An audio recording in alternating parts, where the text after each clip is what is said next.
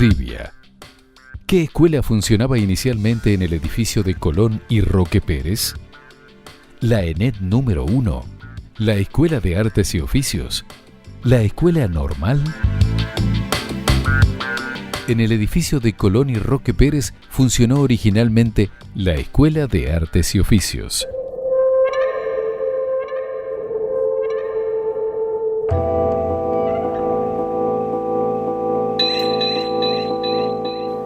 Los edificios escolares presentan un capítulo especial dentro de la historia de la arquitectura.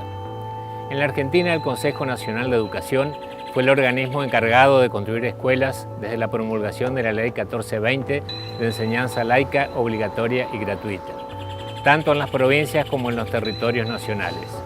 En Misiones, hasta fines de la década del 20, eran muy pocas las escuelas que habían sido realizadas. En el siglo XX, la edificación escolar se consolidó junto a la educación como un asunto prioritario en muchos países, convirtiéndose en un índice de progreso, lo que favoreció la extensión y evolución de estos edificios.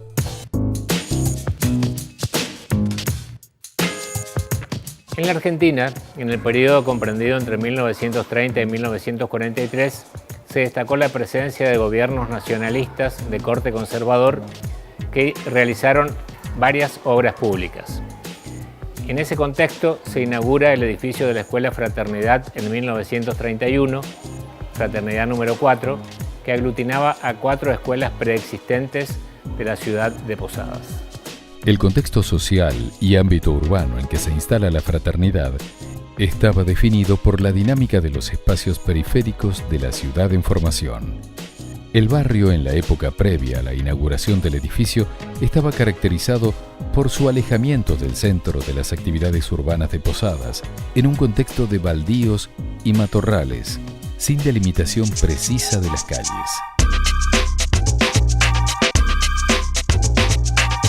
En la década de 1920, cerca de este barrio funcionaba el Hospital de Caridad, donde hoy funciona el Hogar de Niñas Santa Teresita en Rivadavia y Mitre. De ahí que el barrio se denominó Barrio Hospital.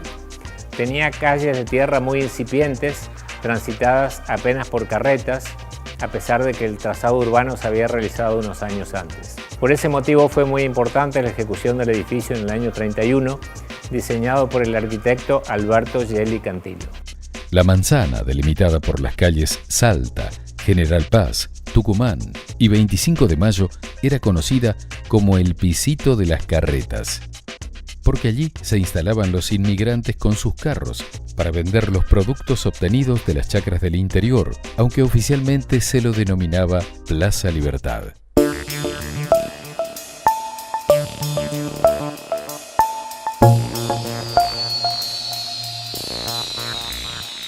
El partido arquitectónico adoptado para esta escuela es extendido y se organiza básicamente en torno a 2 patios. En el medio de esos patios hay un salón de usos múltiples donde nos encontramos en este momento. Elementos característicos son las galerías, los techos inclinados con tejas españolas, aberturas de madera con vidrio repartidos, muros blancos y se destacan los volúmenes que marcan los accesos con elementos ornamentales típicos del estilo neocolonial.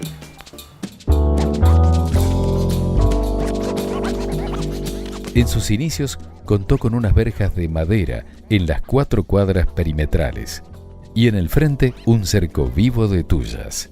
También con el tiempo se fueron mejorando los jardines en todo su perímetro, en el que se encontraban vistosas palmeras y árboles nativos de varias especies. Fernando Dazo es arquitecto y transitó su carrera profesional muy ligado al desarrollo de la arquitectura educativa en la provincia.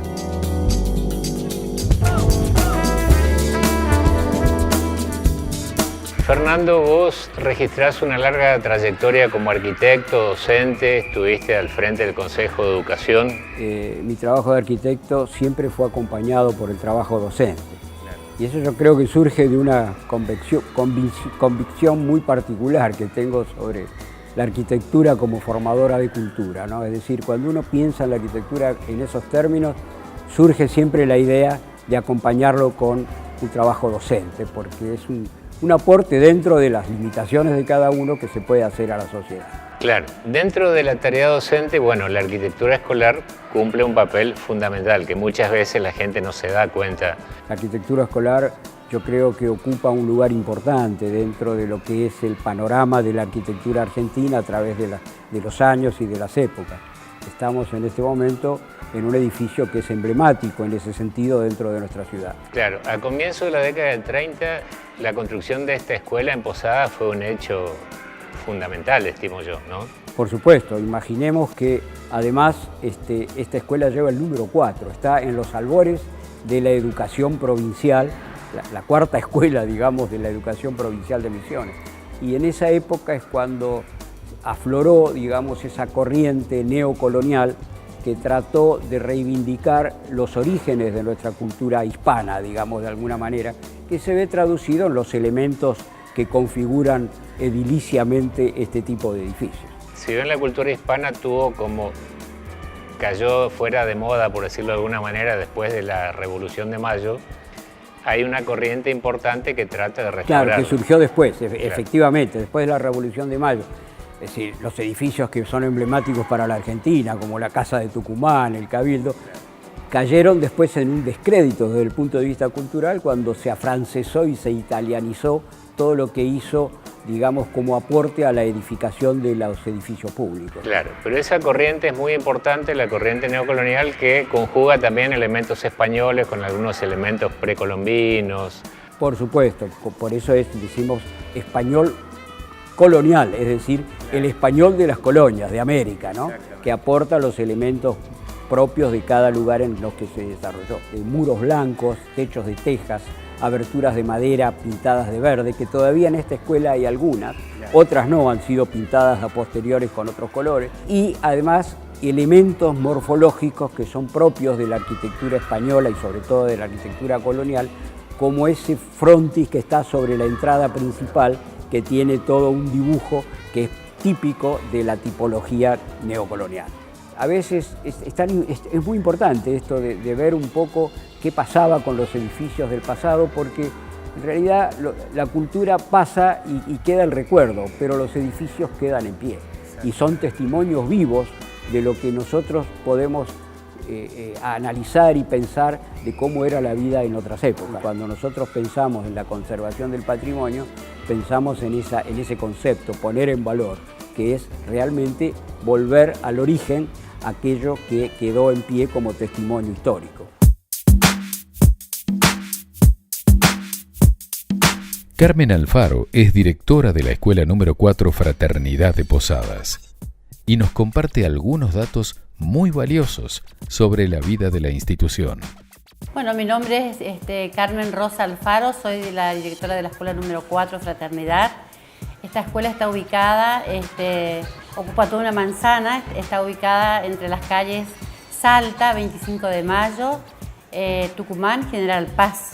Tiene una trayectoria de 115 años a partir del 21 de marzo del año 1903 con nuestra supervisora, la señora Catalina Llure, donde ella es tutora de la muestra antropológica.